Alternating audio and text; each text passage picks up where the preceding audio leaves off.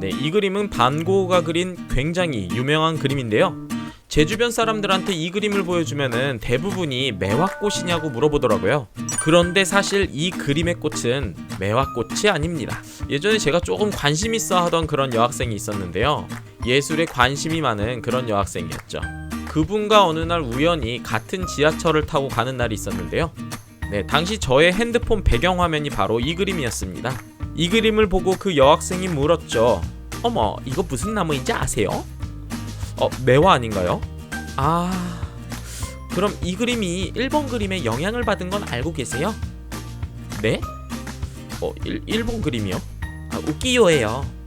그게 왜 웃겨요? 아니요, 우키요에라고요. 제가 웃기라고요? 에휴. 그 이후로 그녀는 제 연락을 피했습니다. 나중에 알고 보니 이 그림은 아몬드 나무의 꽃을 그린 그림이더군요. 그리고 저보고 웃기다고 했던 것은 알고 보니 일본의 전통 판화인 우키요에를 이야기하는 것이었습니다.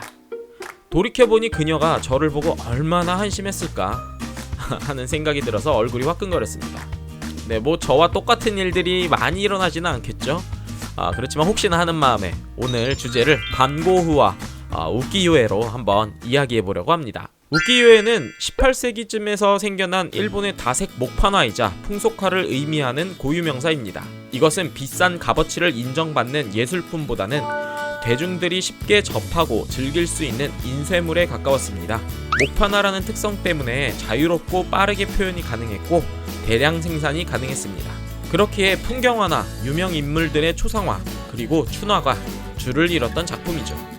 이러한 우키요에는요, 일본에서는 포장지로 사용될 정도로 예전에는 저렴하고 쉽게 구할 수 있는 그림이었습니다. 네, 이 우키요에는요, 일본과 독점 무역을 벌이던 네덜란드 상인들에 의해 유럽에 가장 먼저 전해졌습니다. 네덜란드 상인들이 도자기나 공예품들을 수입했는데 일본인들이 이것들의 포장지로 우키요에를 사용한 것이죠.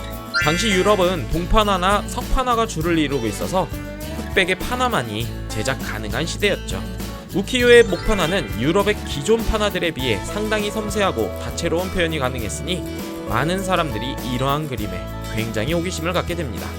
네, 이러한 분위기가 형성되던 중에 1862년 런던 만국박람회와 1867년 파리 만국박람회 이후에 런던과 파리를 시작으로 일본 미술이 취급되기 시작했고 새로운 작품을 수집하려는 사람들이 늘어났습니다. 특히 프랑스의 수집가와 화가들 사이에서 우키요에에 관한 관심이 가장 컸다고 하네요. 이게 일본 놈들 이렇게 얘기하면 안 되나? 네, 이게 일본인들이 그때 이제 머리를 잘 썼던 것이 물 들어올 때 노를 젓자라는 생각을 하게 됩니다. 그래서 우키요에 제작자들은요, 서양 구매자들을 만족시킬 만한 그림들을 대량 생산하기 시작합니다. 그들은 새로운 표현 방식을 도입하는데 전혀 꺼리낌이 없었어요. 위에서 내려다보는 방식인 부감구도를 사용하고 있던 일본의 회화 방식에서 탈피하고 서양의 그림에서 습득한 원금 묘사를 응용하여 다양한 구도를 선보였습니다. 또한 그들은 간결한 외관선과 밝은 색면으로 그림을 그렸죠. 이런 그림들은 유럽의 화가들을 매료시킵니다. 당시의 유럽 화가들은 다양한 시점의 원근법을 실험하고 전통적인 화면 질서와 주제를 벗어나려는 욕구가 있었어요. 그들에게 있어 우키요에는 새로움을 추구하게 만들었으며 신선한 충격으로 다가왔던 것이죠. 유럽의 화가들은 우키요에를 즉각적으로 수용하였고 이를 재창조하는 영역에 이르기까지 됩니다. 그 대표적인 화가들이 에드와르 마네, 제임스 휘슬러, 모네, 드가 등이었죠. 네, 이런 화가 중에요, 반고흐도 있었습니다. 비록 정식으로 오랜 기간 동안 그림을 배운 것은 아니지만 고흐는 헤이그 미술학교에서 그림을 배웠습니다. 그래서인지 초기 고흐의 그림은 색채가 강렬하다기보다는 빛을 중요시하는 그림들이 많았죠. 이 시기에 그의 그림들은 어두운 모습들을 보이는데 그 대표적인 작품이 바로 감자 먹는 사람들이에요. 고흐가 파리에 도착하던 시기에는 일본의 상품들을 파리 어디서나 구할 수 있는 그런 시대가 되었어요. 막 네덜란드에서 파리로 건너온 고흐에게 우키요에는 아주 신선한 충격이었죠. 그는 우키요에를 수집하고 모작하고 그 양식을 차용했습니다. 네, 당시에는 이미 일본이 적극적으로 우키요에를 수출하던 시대여서요, 이 우키요에를 화첩으로 만들어서 많은 상인들이 이것들을 팔고 있었습니다. 때문에 우키요에의 수집이 손쉬웠고 고흐 또한 화실의 작은 일본 판화들을 벽에 붙여놓고 즐겼다고 하네요. 이 사실은 탕기 영감의 초성화라는 그림에서 알 수 있습니다. 초성화의 주인공인 탕기 영감의 뒤에는 수많은 우키요의 화들이 벽에 붙어 있는 것을 볼 수 있죠. 고흐는 특히 일본의 강렬한 색채에 많은 관심을 가졌는데요.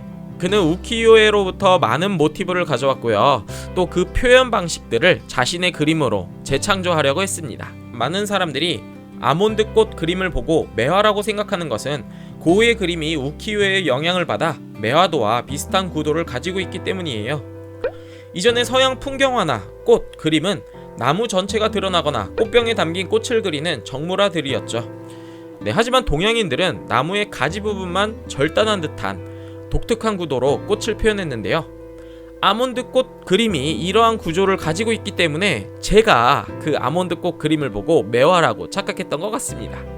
우키요에는 고흐가 밝고 선명한 색채, 파격적인 구도 등을 사용하게끔 하는 등의 영향을 끼쳤습니다. 그로 인해 그의 그림은 어둡고 빛을 중시하던 화풍에서 밝은 색채로 강렬한 인상을 주는 그런 화풍으로 바뀌게 되었죠. 이처럼 반고흐를 비롯한 많은 유럽의 화가들은요, 일본의 문화를 자신들과 동등한 격차로 바라보면서 문화적 협력을 이뤄냈습니다.